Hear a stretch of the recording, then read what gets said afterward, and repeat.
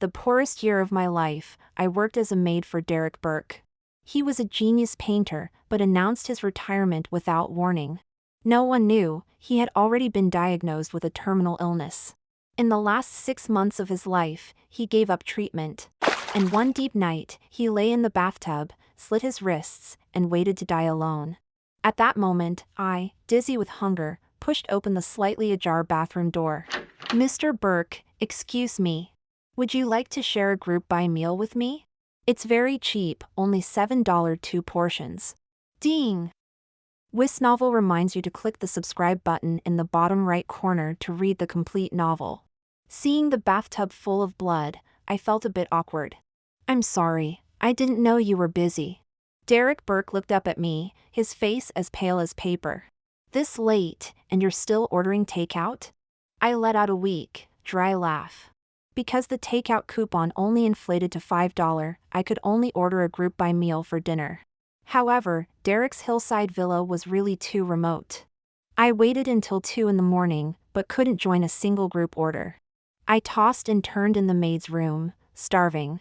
I was about to go dig up a couple of earthworms from the flower bed outside to see if they were edible when I accidentally discovered that the light in Derek's room was still on.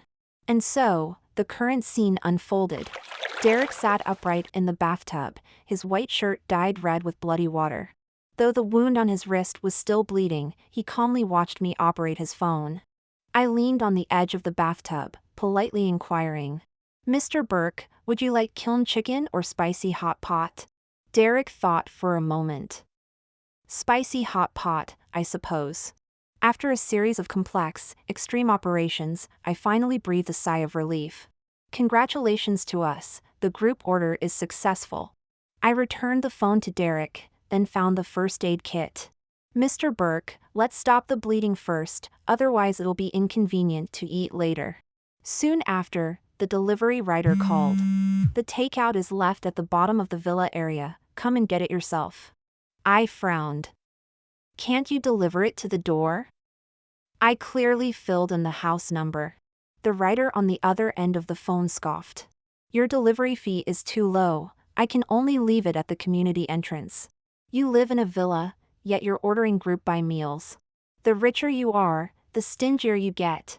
Being scolded twice in one sentence, I immediately felt a small surge of anger. The writer's attitude was indeed infuriating, but unfortunately, life had already beaten me into a soft, pliable state that could be easily molded into any shape. Provoking me was like kicking cotton.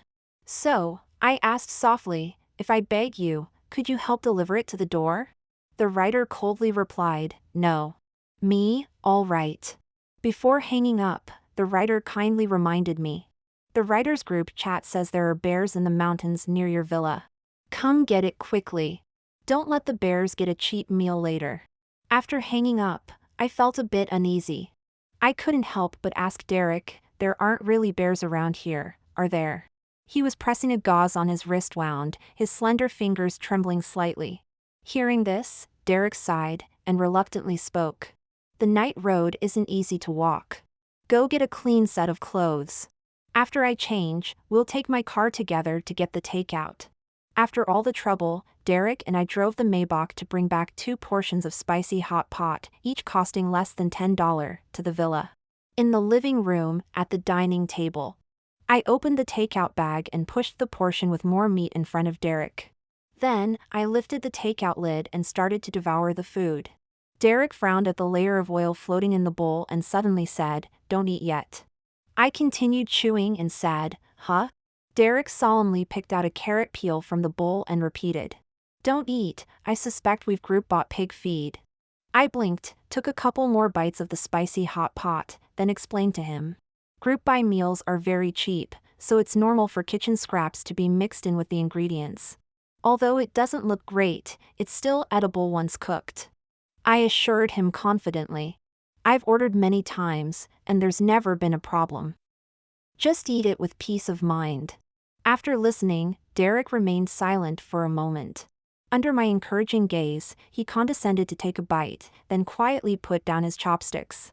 In the end, both portions of spicy hot pot went into my stomach. After eating, I picked up a cloth and started scrubbing the blood-stained bathtub, huffing and puffing. Derek sat in a wheelchair nearby, his head propped on his hand, quietly watching me bustle about. His eyelashes were long and delicate, his skin so fair it was almost transparent. Truly befitting the genius painter who once took the world by storm with both his looks and talent. Derek had risen to fame at a young age, winning numerous awards. His oil painting named Sunset had fetched an unprecedented high price at auction. The red sunset in Sunset was considered a visual shock, leaving countless people in awe. But at the height of his fame, he suddenly retired his brush and then vanished from public view. As I was lost in thought, I suddenly heard Derek speak. "I remember your name as Carol. You've just graduated from university? Your school is quite good. Why did you come to work as a maid?" I nodded, instinctively starting to pour out my woes. "Mr. Burke, you don't know how tough the job market is this year. Even experts have started encouraging college graduates to do housekeeping and work as maids. So I took this job without telling my parents. They think being a maid isn't respectable." Listening to my complaints, Derek tilted his head. "If you don't like it, why did you come?" I looked at him with clear eyes and answered honestly.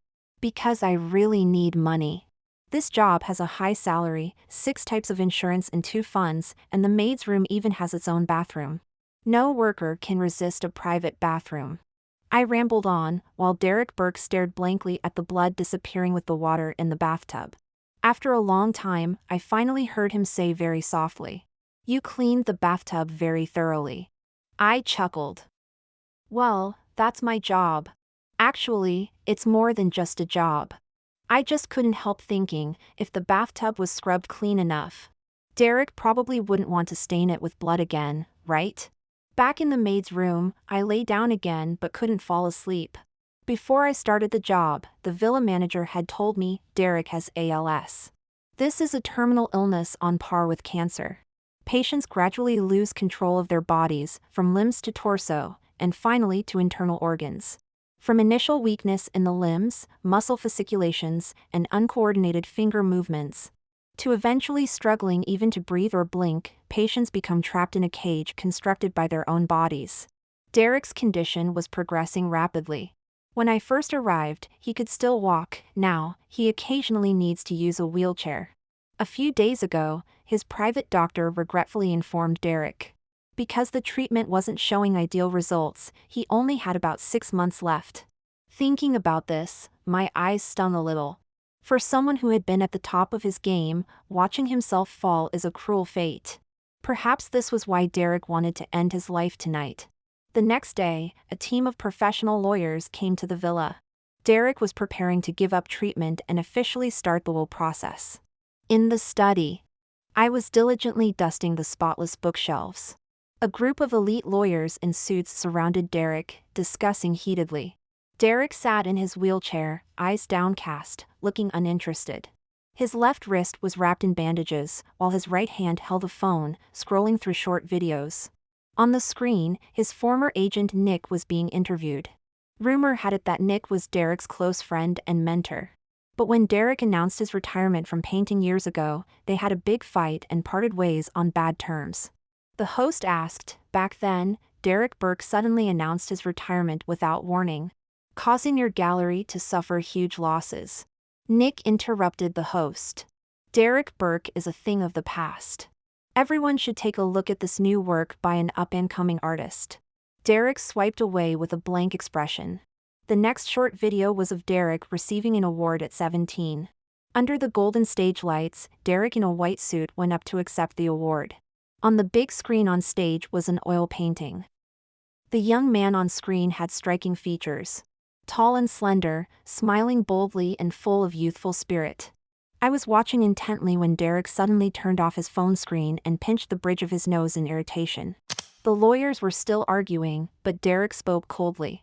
"Everyone, a friendly reminder, I'm about to die. I've kept it from my friends, family, and fans, just so I can die in peace. I know you're all very concerned about my estate distribution, but could you go argue outside?" The lawyers looked at each other, but quickly and professionally left the room. After they left, Derek stared absent-mindedly at his bandaged wrist, his eyes showing rare confusion. I was debating whether to follow the lawyers out when I heard Derek suddenly speak.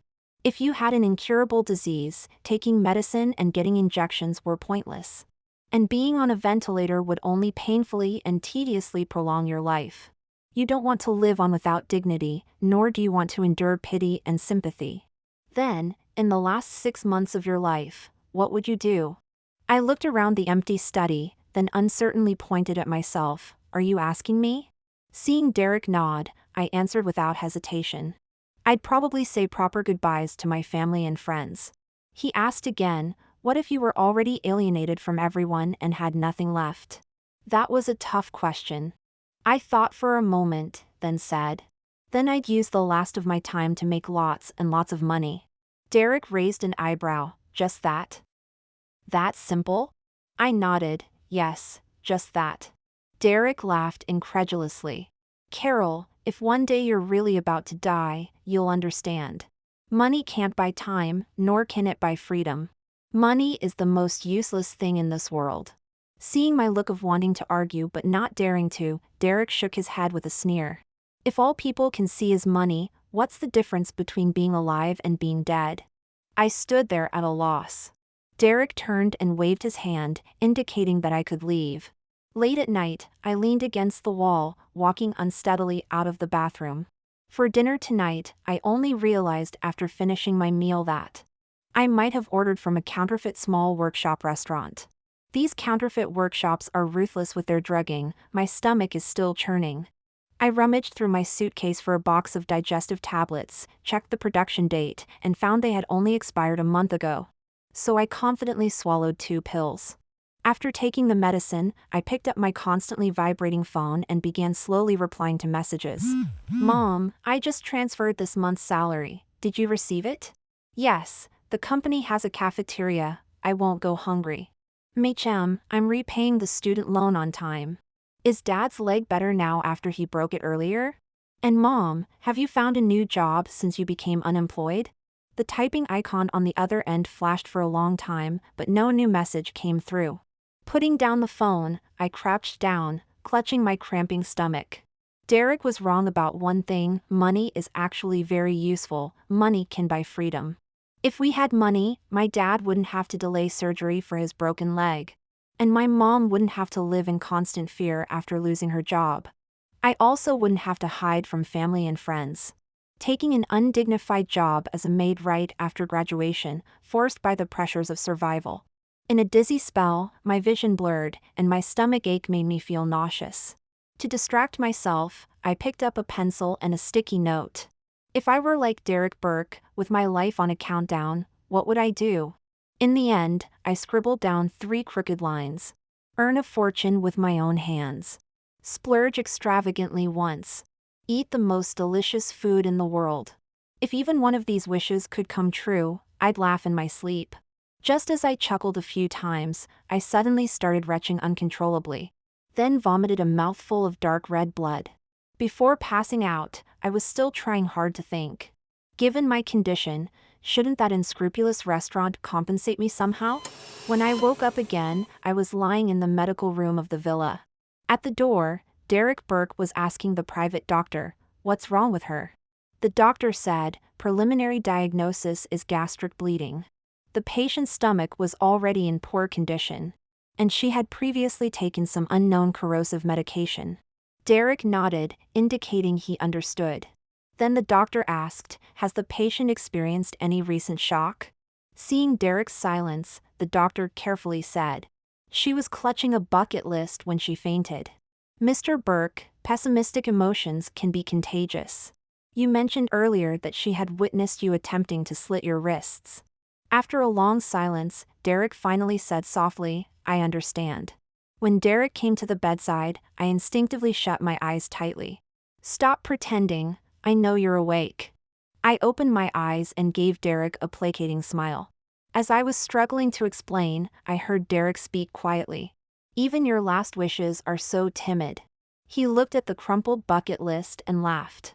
"Don't you dare to dream bigger even in your fantasies?"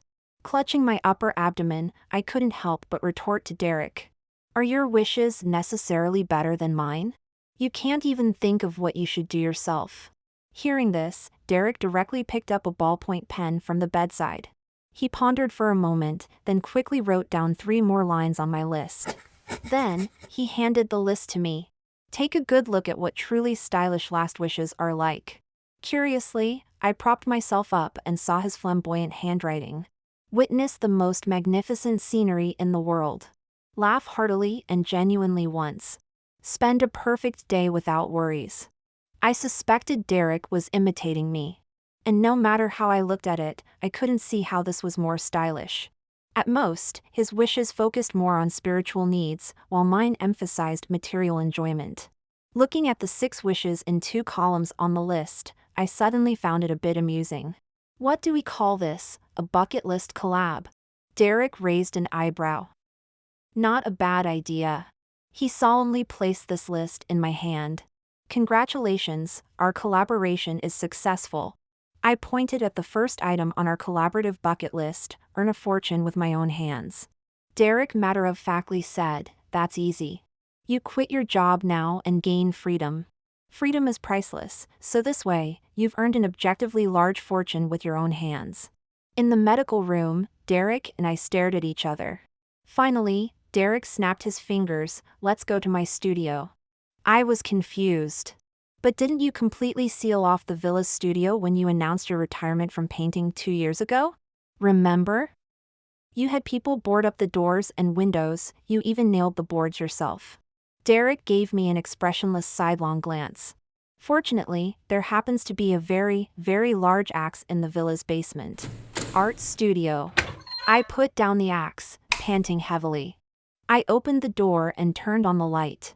We saw a messy studio, a huge canvas occupying an entire wall. Brushes scattered all over the floor, and even a few cans of moldy paint on the windowsill. Derek Burke rolled into the studio in his wheelchair. His eyes filled with emotions as if from another world. He reached out to touch the unfinished massive painting, but suddenly withdrew his hand when he saw his trembling fingertips. Derek instructed me to dig out a blank canvas from the corner and then stuffed brushes and paints into my hands. Paint, he commanded. I didn't understand why, but I instinctively obeyed. I carefully completed a painting, stroke by stroke. After finishing, I nervously looked at Derek, anxiously waiting for this genius painter's evaluation. Derek stroked his chin, frowning as he scrutinized the sun, tree, and a group of little yellow chicks on the ground in the painting. Finally, he closed his eyes and took a deep breath. It looks like it would be quite challenging to sell this painting. The next day, I drove Derek's Maybach and screeched to a halt in front of a high-end art gallery. In the passenger seat, Derek pinched the bridge of his nose. When you were backing into the parking space just now, you must have scratched the car at least 3 times. I felt guilty for a moment, then quickly took out the wheelchair from the trunk and pushed Derek towards our destination. In the VIP reception room of the gallery, Nick was stunned for a long time when he saw Derek. He opened and closed his mouth several times before walking over to us. You little rascal, where have you been all these years? Even if you stopped painting, there was no need to vanish from the face of the earth. Derek let out a cold laugh. After all, I'm a thing of the past now, so disappearing is normal, right? Nick wiped the corner of his eye and subtly changed the subject. What happened to your legs? Derek answered in a casual tone. I went to Antarctica for inspiration earlier and broke my bones in a fall. Nick seemed accustomed to this. Antarctica? Were you looking for raw materials for paint again? Ice? Moss? Derek vaguely nodded, then took a deep breath. Let's get down to business. I came here to sell you a painting. Hearing this, Nick slowly raised his gaze, looking incredulously at the painting I was holding in my hands. He looked at the painting, then at Derek. Did you participate in some kindergarten charity sale? Derek smiled mysteriously. This painting is from a true rising star in the art world. If you don't buy it now, you'll definitely regret it later. Years ago, Nick had recognized Derek's talent at first glance and bought his first painting, thus beginning their collaboration. In the gallery industry, missing out on a genius is a huge loss. Derek persuaded gently. This oil painting combines elements of expressionism, cubism, and surrealism. The seemingly abstract composition showcases a highly artistic color contrast and spatial perspective. You need to feel it carefully to see the incomparable talent within. Hearing this, Nick narrowed his eyes and began to try to understand the painting anew. Soon, beads of sweat started to form on his forehead, at first due to concentration, then due to frustration, and finally due to embarrassment. Derek added fuel to the fire at the right moment. Nick, don't tell me you can't understand it? Nick wiped his sweat. How much? I looked at the two of them in disbelief. Was the deal about to be closed just like that? Derek calmly held up his index finger, making a one gesture. Nick breathed a sigh of relief. 10,000? Hold on, I'll transfer the money right away. Derek shook his head, raising a smile that could be described as cruel. 1 million. In the end, the painting was sold for 200,000. As I followed Nick to put the painting in the storage room, I was still in a daze. Nick looked at the painting with a beaming smile. You know what, this painting really does grow on you the more you look at it. Walking back to the VIP reception room along the corridor, Nick said to me, "Thank you for taking care of Derek. Please help me persuade him to be more careful when he goes out collecting wild pigments, so he doesn't end up injured every time." Nick said that Derek had always been passionate about natural colors, especially red. When Derek was creating Sunset years ago, he had ventured alone into the heart of the Atacama Desert, known as the Valley of Death, just to collect cochineal insects from desert cacti. He personally made a red pigment from the cochineal insects, which resulted in the breathtaking sunset glow in Sunset. Nick's eyes were nostalgic as he jokingly sighed. I'm really worried that one day he might cut his wrists to bleed for red pigment. After our chat, Derek and I prepared to leave. As I started the car, Nick suddenly knocked on the window. Derek rolled down the window. Nick smiled at him. Derek, you're the most badass, most talented painter I've ever seen. No matter what, I'm waiting for your comeback. Derek gazed at his former close friend for a long time, then suddenly spoke. Goodbye, Nick. Nick was stunned for a moment but quickly smiled. Yeah, see you next time. After leaving the gallery, Derek seemed to be in a good mood. When we passed by a square, he asked me to stop the car and push him to bask in the sun together. At the square, Derek had just bought 2 candied hawthorn skewers when he suddenly pointed. I want that Ultraman. It was an old man selling balloons, holding various cartoon balloons in his hands. I cursed childish in my heart, but still obediently pushed the wheelchair over. Derek waved his hand and directly asked for all the balloons. When scanning to pay, I realized these balloons actually cost 200. I was inwardly cursing in pain at the cost, while the old man selling balloons was beaming with joy. He kept thanking us as he handed the balloon strings to Derek Burke. In the sunset, Derek took the balloons, his amber pupils clear and bright. Suddenly, we heard a little girl crying behind us. Mom! I want a balloon too. But that big brother bought all the balloons. Wah! Probably because he was in a genuinely good mood, Derek Burke smiled and called out to the girl. Don't cry. Here, brother will give you one. He held out a bunch of balloon strings, letting the little girl choose one for herself. The girl's mother quickly told her to thank Derek. The little girl also beamed with joy. Thank you, brother. However, just as the little girl was selecting a balloon, Derek's already slightly trembling fingers suddenly lost strength. In an instant, the colorful balloons scattered and floated up into the sky. Amidst the crowd's exclamations, Derek gazed absent-mindedly at the balloons flying towards the horizon. Once, when he discovered he couldn't hold a paintbrush, Derek had furiously smashed half his studio. But now, he only smiled with a hint of sadness. A person's hands are only so big, there are too many things we can't hold on to. He lowered his head and said softly to the little girl. I'm sorry, I couldn't hold them steady. The little girl looked at Derek and sniffled. Suddenly, she stepped forward, opened her arms, and gently hugged Derek in the wheelchair. It's okay, brother. Maybe the children in the sky wanted balloons too. After the 200,000 was credited, I immediately transferred it to my mom, telling her to arrange my dad's leg surgery as soon as possible. With the remaining tens of thousands, I put them in a fixed deposit, planning to repay my student loan later. That day, Derek held that bucket list. The second item, splurge extravagantly once, now it's not difficult for you. As for the third item, eat the most delicious food in the world. Derek mumbled to himself. The most delicious thing in this world is my dad's fried rice. But you won't have the fortune to taste it. I had heard before, the Burke family had conservative views, expecting their children to study well and then return to inherit the company. Years ago, when 17-year-old Derek gave up the college entrance exam and insisted on studying art abroad, he had already completely severed ties with his parents. Derek browsed through news and information and finally decided. Recently, a Michelin chef has come to a city. You pick a date and invite him over in my name. Before we knew it, it was Derek Burke's 28th birthday. On his birthday, I mysteriously told him, "I have a surprise for you." Because of our interactions during this time, Derek followed me to the car without any suspicion and left. Halfway through, I handed Derek a blindfold. After parking, I helped Derek sit in the wheelchair, walked into a high-end residential area, then took several turns before entering an apartment building. When Derek removed the blindfold and saw the familiar door number, 801, his expression suddenly darkened. He frowned, his gaze sharp. "Carol, how did you find out my home address?" I took out that bucket list and honestly said, "Last time when we were discussing, you said your dad's fried rice was the most delicious."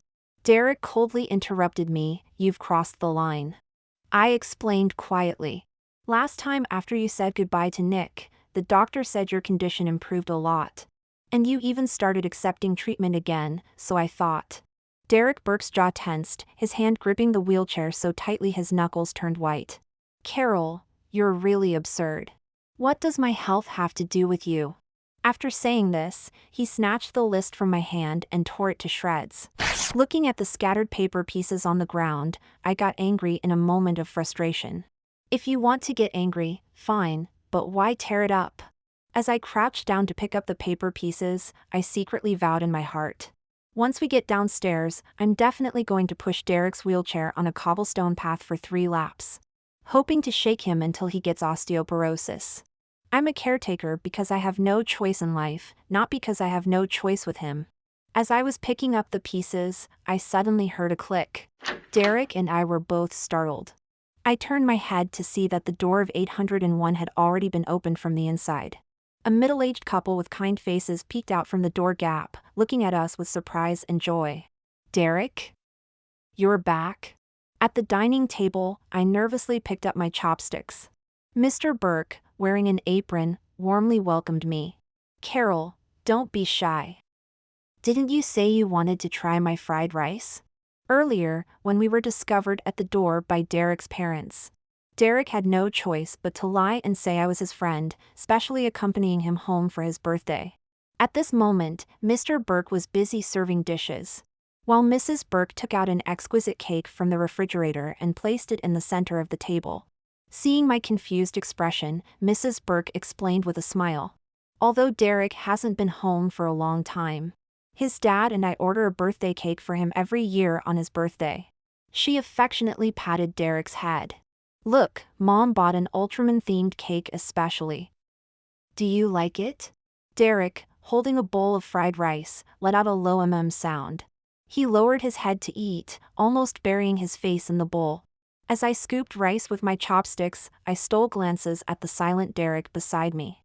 Mr. Burke's fried rice was perfectly seasoned, indeed delicious, but if tears were to fall into it, it might become a bit salty, I thought. After lunch, I curiously examined the paintings hanging on the living room walls. The personal style was evident, likely Derek's early works. Mr. Burke, while clearing the dishes, grumbled on and on. This child, once you get busy, you don't come home for over a decade. I've always said being an artist isn't as good as inheriting the family business and going to Antarctica.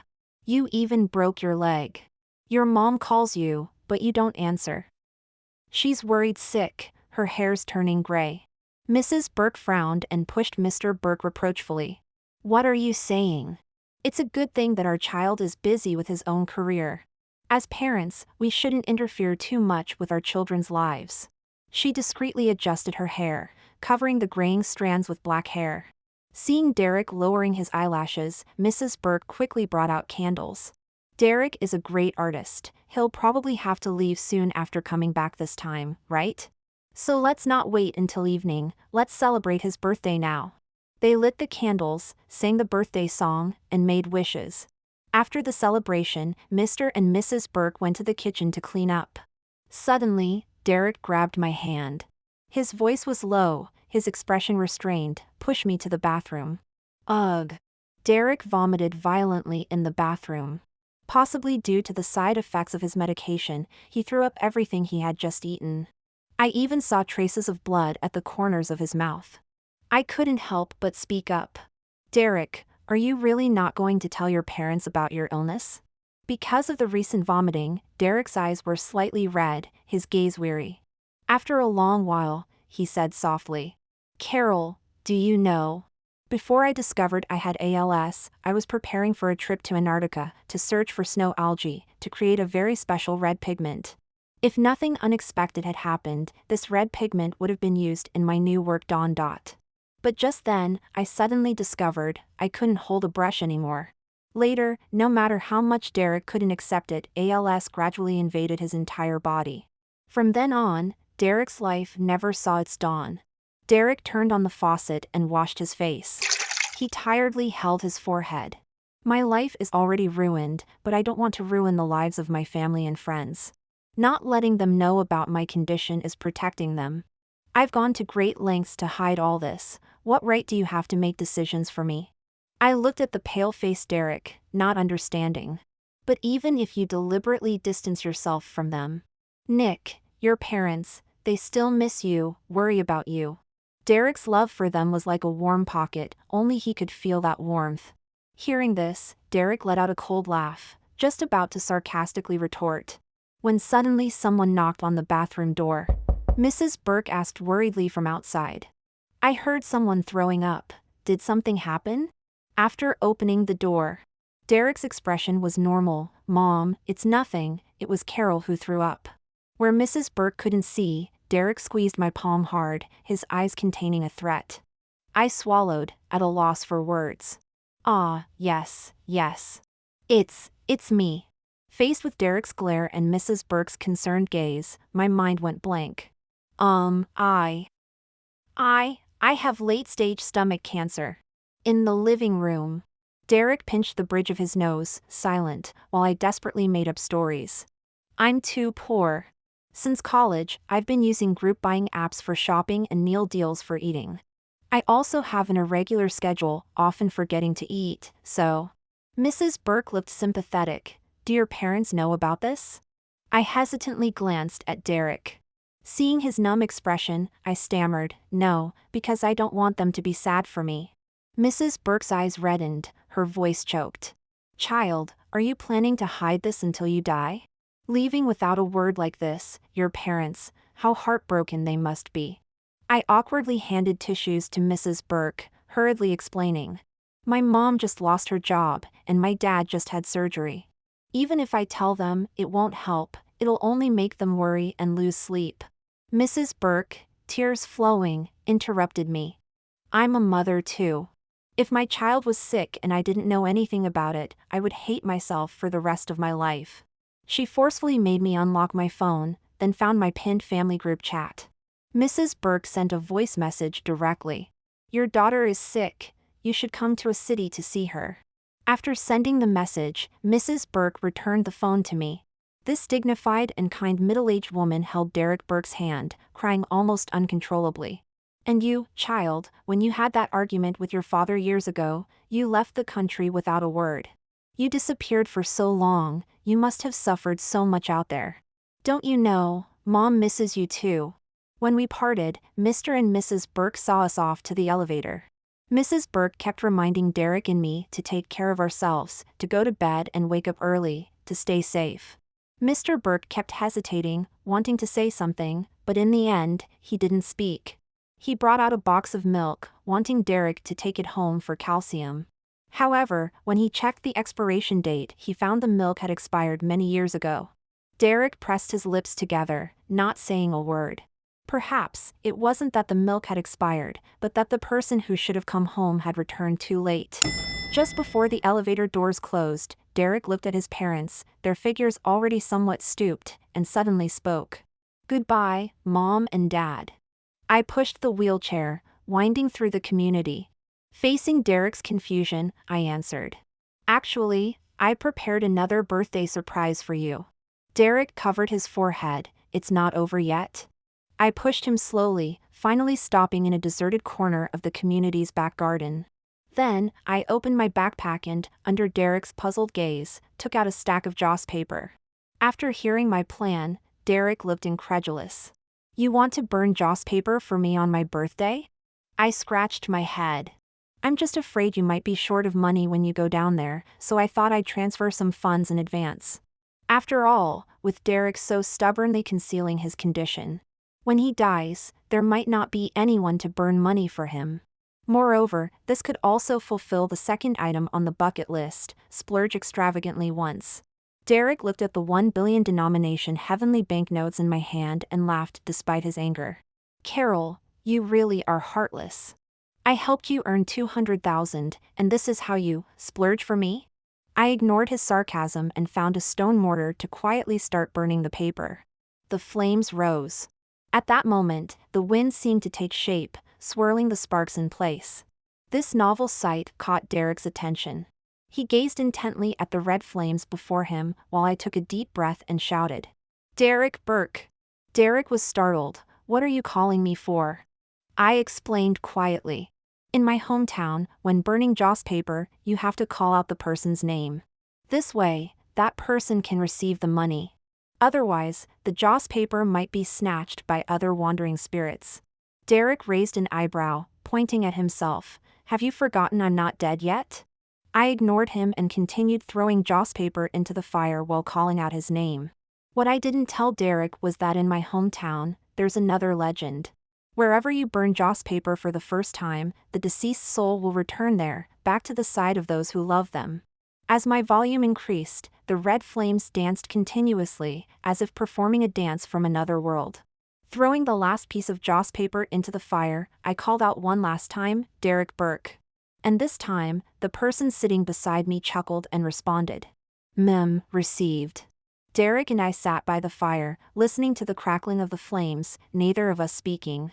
Finally, Derek broke the silence. "Carol, thank you. Before he could finish, a robust voice suddenly came from behind us. "Oh my! You can't burn paper here. You young people.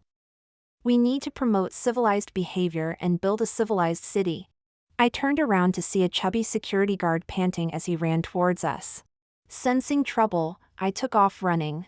Derek, whom I had left behind in his wheelchair, was dumbfounded. I had already run a mile when I heard his furious shout. "Carol, stop right there." Even though Derek spun the wheelchair so hard it sparked, we both still got caught. After enduring an hour-long lecture on civility and cleaning up the scene of our mischief, Derek and I were finally released from the security office. In the car, Derek looked at me expressionlessly. "Just now, if you hadn't tripped while running, were you planning to just escape on your own?" I gripped the steering wheel, awkwardly trying to change the subject. "How could that be possible? No matter what, I would never abandon you. I was actually planning to go back for you." Derek didn't believe me at all and sulked the entire way. When the car stopped at the villa entrance, I looked at Derek, who was still frowning, and said helplessly, "How about you hit me to let off some steam? I promise I won't fight back." Hearing this, Derek raised an eyebrow at me. His eyes were deep-set, and when he stared at someone, it would involuntarily make their heart race. I couldn't stand being stared at like that and was about to back down. The next moment, however, Derek suddenly reached out and forcefully poked my forehead. I covered my head in pain and heard him say softly, "Humph, annoying." On the second day of Derek's birthday, he received a gift from Nick. Derek shrugged about this. "He doesn't usually give me gifts. But he said the previous son, big tree, many chickens painting sold for a good price. So he specially prepared a gift to thank me." The art world is truly a perplexing place. Because Derek cautiously reported a fake address, I had to personally transport the large box back to the villa.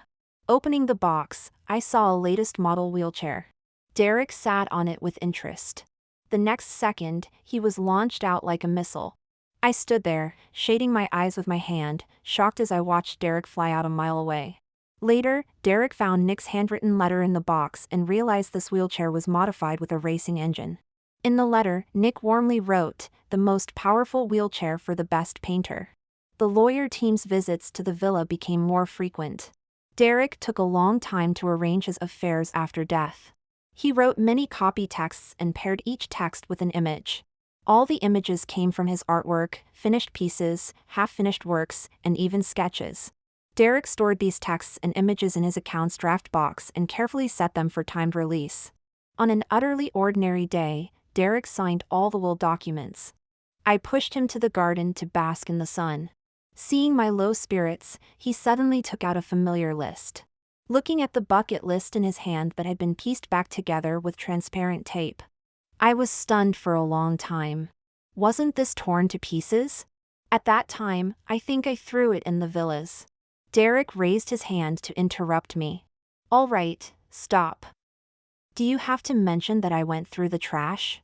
I carefully took the pieced-together list and heard Derek say, "Maybe at first, I only started this somewhat ridiculous bucket list out of guilt and boredom. But now, I find it interesting. I want to continue."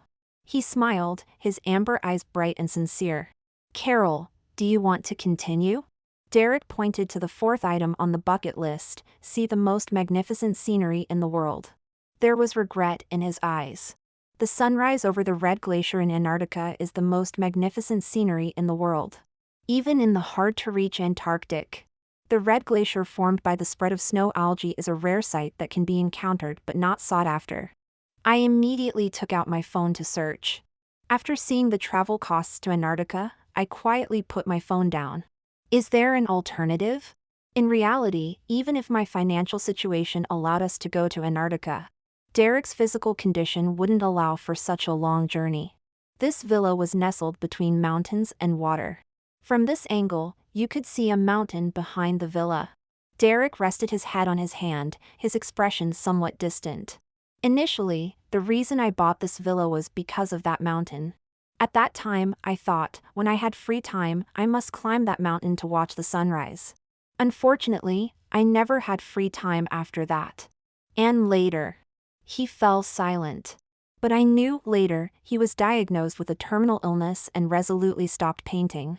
This genius painter had seen countless prosperous sights and wonders, but in the end, he desolately shut himself in this villa far from the crowds, quietly waiting for his own end. So-called last wishes are just about fulfilling regrets. I made an immediate decision. Get ready, we'll set off next week. As I stuffed supplies into the SUV's trunk, my phone vibrated. Ever since Derek's mother sent that message. Although I had already explained, my parents still checked on me from time to time. "How's Carol doing lately? Have you been eating on time? Dad's surgery was very successful, don't worry, take care of yourself." Now, my mom tagged me again, "Carol, are you still in a city recently?" I immediately replied, "Yes, I am. I'm going on a business trip today." After replying, I stuffed my phone back into my pocket, and as I looked up, I saw the butler pushing Derek Burke towards the SUV. The butler was worried. "Mr. Burke, are you really going to camp overnight on the mountain?" Before Derek could speak, I had already started to promise solemnly, "Don't worry, I'll take good care of him." Derek raised an eyebrow and glanced at me. "My only request is that you don't run away and leave me behind at the first sign of trouble." I laughed awkwardly and quickly helped Derek into the SUV's passenger seat. The mountain wasn't very high, but the winding road didn't go all the way to the top. The road came to an end. I had to stop the car, unload the camping supplies onto the modified wheelchair, and then push the wheelchair up the small path towards the mountain top. This wheelchair was powerful, even equipped with tracks, making it not difficult to climb the mountain. At sunset, Derek and I finally reached the mountain top.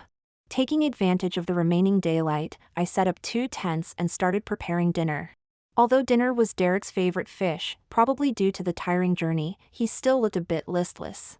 After dinner, Derek lay down in the tent, looking pale. Night fell. The wind was strong at the mountain top. The howling mountain wind made it difficult for me to sleep soundly. As I tossed and turned, I suddenly heard a rustling sound. I sat up alertly, then unzipped the tent and asked softly, "Derek? Are you asleep?" Derek's voice came from the opposite tent. "No." I breathed a sigh of relief and quickly snuck into Derek's tent. In the cramped tent, I asked quietly, "Did you hear any strange noises just now?" Derek nodded. He also lowered his voice and leaned close to my ear to say, "Do you remember, there's a rumor that there are bears on this mountain?" I immediately gasped. "Really?" I thought it was just that delivery guy talking nonsense. As a child who grew up in the mountains, I had heard countless horrifying stories about wild bears eating people. Bears, as animals, like to eat their prey alive, quite vicious. They were the nightmare of my childhood. In the mountain wind that howled like wailing ghosts, the rustling footsteps were getting closer and closer. My heart was pounding, and I quickly took out my phone to call for help, only to find there was no signal at all. I cursed under my breath and started fumbling around, trying to find a weapon for self-defense. Seeing how nervous I was, Derek also seemed a bit anxious. "Generally speaking, what should we do if we encounter a bear?" My hands and feet were ice cold, my whole body trembling. But I still suppressed my rapid breathing and tried to speak calmly. "First, we should make ourselves appear big and fierce. As long as we don't leave the tent, the bear will think we and the tent are one entity. If we're lucky, the bear will run away when it sees such a large enemy." Derek asked again, "What if the bear doesn't run away?" I took several deep breaths, my voice trembling. "Then we can only fight for our lives. Just hoping to cause as much pain to the bear as possible before we die." Derek raised an eyebrow. "How do you plan to cause as much pain as possible to the bear?" The rustling sound outside the tent was almost driving me crazy, yet Derek was still asking questions. I broke down a bit and started rambling nonsense. I'll loudly insult the bear's entire life. Poor grades as a cub, couldn't pass tests like other little bears. Grew up unable to catch fish, couldn't find a job, and doesn't have a boyfriend, living a completely meaningless life. At this life or death moment, Derek actually laughed. In the darkness, his eyes curved into crescents, his almond eyes shining like two stars. He said, "It's okay, you can leave me behind and escape on your own. With me here, the bear won't chase after you." Although I was so nervous I could almost cry, I still firmly grasped Derek's cold hand. "No way. Derek, no matter what, I won't leave you behind." In the wind, the sporadic footsteps were now just outside our tent, almost right next to us. Inside the tent, I stood in front of Derek, tightly gripping the portable smokeless stove, ready to fight the bear to the death. Suddenly, from outside the tent came a sound. Looking at the little cat outside the tent, I froze in place. Derek Burke finally couldn't hold back his laughter. He held his stomach, almost laughing to tears. Even at this moment, I still couldn't quite process what was happening. "You knew all along?" It was only now that I finally calmed down. How could there be bears in a high-end villa area? Derek wiped away the tears of laughter from the corners of his eyes and pulled out a bag of dried fish from his backpack. He tossed a small dried fish to the cat. The cat sniffed the dried fish, then sauntered into the tent. It nuzzled against Derek, letting him stroke its sleek fur a couple of times, before turning to pick up the dried fish in its mouth. Watching the cat slowly disappear into the mountain bushes, my heartbeat finally settled down. Seeing me glaring at him, Derek leisurely took out the bucket list and calmly crossed off the fifth item, laugh heartily and genuinely once. He smiled and said, "Although Little Bear can't catch fish or find a job, Little Bear brings hope and happiness to others. Little Bear has family, friends, and a future. Little Bear's life is not meaningless. Little Bear will continue to be happy." I opened my mouth but didn't know what to say. Squeezed in a small tent, the atmosphere between us suddenly became a bit subtle. Finally, Derek checked the time and yawned. "I'm a bit tired. I'll sleep for a while. Wake me up at dawn, okay?" Derek was tall, and he simply tilted his head to rest it on top of mine. We were lucky, the air on the mountain was very good today, the weather as clear as if recovering from a long illness. I nudged Derek, who was sleeping soundly beside me. Look, Derek, it's dawn. Derek stirred and opened his eyes. At that moment, the sun rose in the east. The sun was a furnace of light. Red flames burned at the edge of the horizon, brilliant colors like feathered arrows suddenly piercing through all the gloom. Derek stared at the scene intently, speechless for a long time. After a very long while, I finally heard his soft sigh. I never knew before that a sunrise could be so beautiful. I rummaged through our supplies and found a blank canvas. Then stuffed it into Derek's hands along with paints and brushes. Without a word, Derek immediately started painting.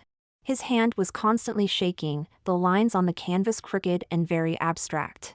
But Derek didn't care and quickly filled in the colors. Soon, the entire painting was almost complete, with only one blank space left, the sun. Seeing this, I felt a bit regretful. I'm sorry, I couldn't find any polar snow algae. We still ended up with some regret. Derek gently shook his head. There's no regret. He took out a brand new brush, then used the flame from a nearby smokeless stove to light the tip. Derek used the burning brush to lightly dot the sun on the paper. In an instant, the canvas caught fire. Dazzling red flames danced on the canvas, like a real, blazing sun, breaking through at dawn. As the canvas burned to ashes, Derek smiled with relief. Perhaps fire is the most soul-stirring red in the world. We went down the mountain much faster. As I was driving back to the villa, Derek suddenly asked me to stop the car. He said, I want to get out and walk for a bit.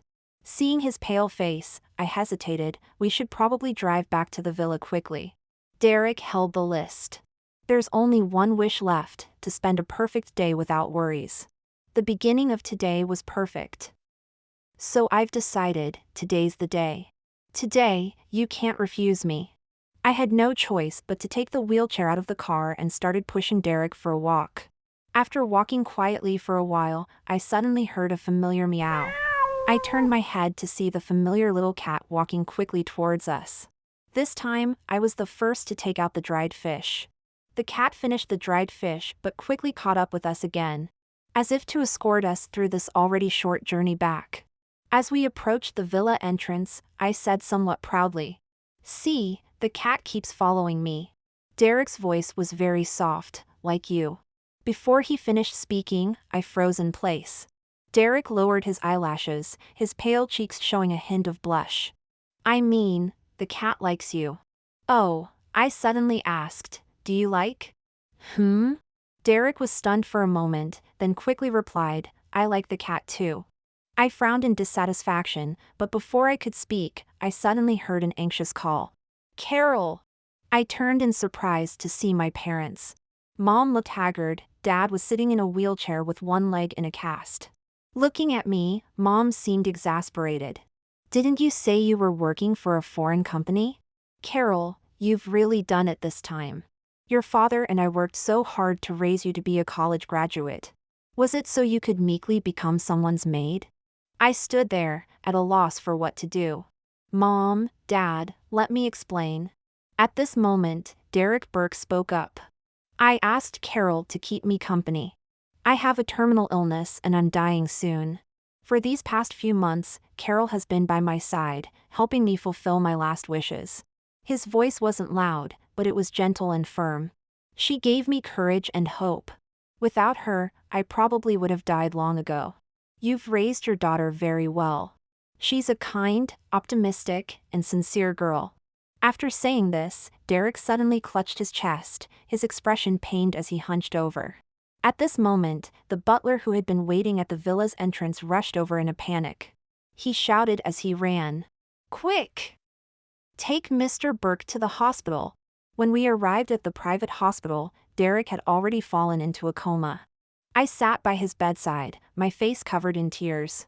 The hospital's initial diagnosis: Derek had contracted pneumonia. Pneumonia, combined with respiratory muscle weakness due to ALS, meant he needed a tracheostomy and intubation for treatment. However, at the bedside, the doctor's eyes were filled with helplessness. "I'm sorry, but in the advance medical directive Mr. Burke signed previously. He requested that the hospital not perform tracheostomy or any related treatments on him. Hearing this, I felt a sudden realization, of course. Someone as proud as Derek wouldn't want to lie in a hospital bed with tubes all over his body, stripped of dignity. Rather than lingering on, he'd prefer to go out with a bang. The blood in the bathtub from a few months ago was still vivid in my mind. After the doctor left, the haggard-looking butler patted my shoulder, his voice choked with emotion. "Carol, Mr. Burke didn't want to tell any family or friends about his condition. He's very stubborn. Only you can persuade him now." Derek was in a coma for 3 days. On the third night, as I was resting my head on the bed, I suddenly felt someone gently hook my finger.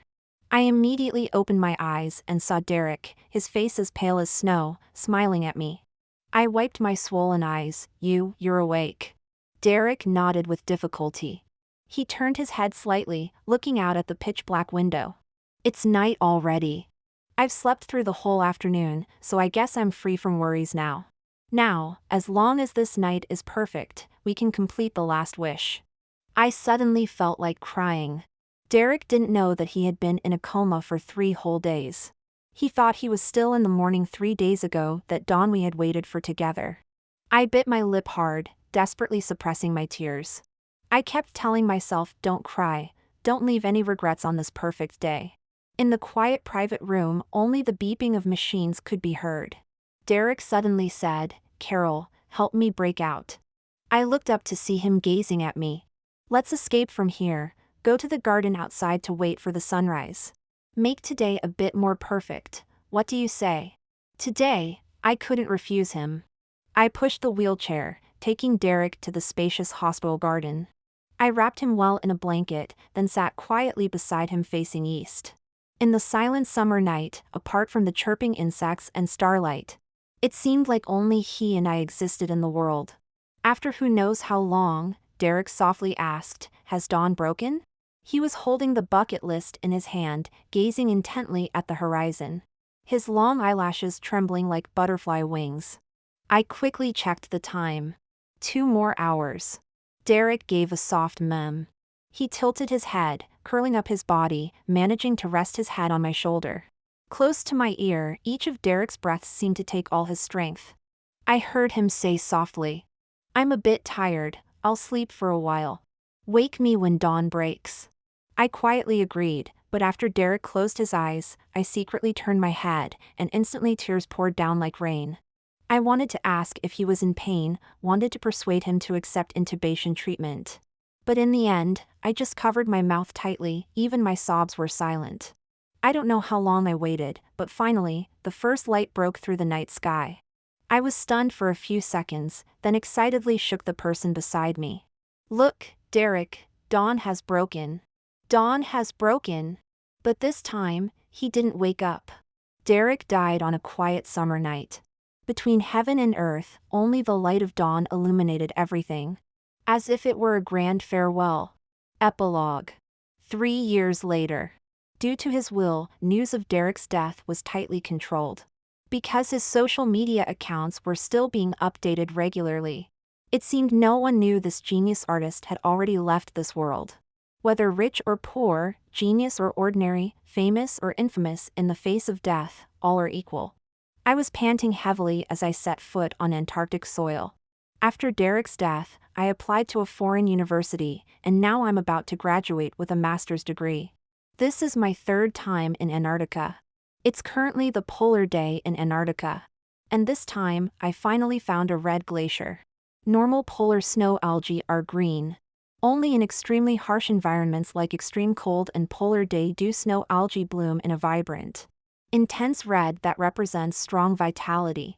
After sending away the scientific expedition members who had shared the boat with me, I secretly took out a small box with great effort. Derek ultimately chose cremation, the artist obsessed with red, finally ending in red flames. According to his will, his ashes were placed in a small red box dyed with desert cochineal. In the cold wind, I built a stone cairn on the red glacier. I looked at the small red box for a long time, then placed it under the stones. After finishing all this, I took out a letter. The edges of the paper had already turned slightly yellow, as if it had been read countless times. Dear Carol, when you see this letter, I should already be dead. Once, I thought my life would end in regret and blood. That night, I thought almost maniacally, before my gradually freezing body could kill my soul. I wanted to take the first step and avenge my soul. But you barged in, disrupting all my plans. We completed 2 bucket lists together, walked many paths. Actually, when interviewing for a maid, you weren't the best candidate. I still remember seeing you on the 2nd floor of the villa at that time. You were wearing a red sweater, frantically answering the phone, comforting your mom, dealing with your advisor, and spending a long time looking at the Ant credit pay interface. Like a flame, frazzled yet full of life. Living was difficult, but you tried hard. The days of completing bucket lists with you were the happiest times since I fell ill. Perhaps in the end, I was no longer afraid of death. If one has lived a life without regrets, why fear death?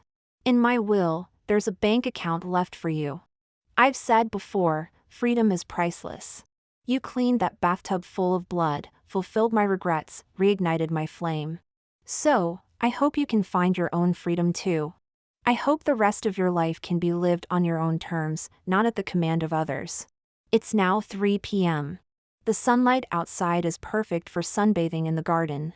Unfortunately, you're dozing off by the window. Your cheeks are slightly flushed in the warm sunlight, like a peach. To punish you for slacking off at work, I plan to sneak up behind you, then suddenly call your name to startle you. You'll look up in surprise, then keep apologizing groggily. Just kidding, I won't do that. I'll just stay where I am, quietly watching you. Some words, I always want to put off saying until the last moment. But I'm afraid by then I won't have the strength to speak. So, goodbye, Carol. Derek Burke's last words. I closed the letter, my tears frozen into ice shards by the polar cold. Instantly carried away by the frigid wind to an unknown distance. In the polar day of Antarctica, every moment is both sunset and dawn. I took out the bucket list, its writing now blurred, and sat by the small stone cairn facing the cold wind. Look, Derek, it's dawn.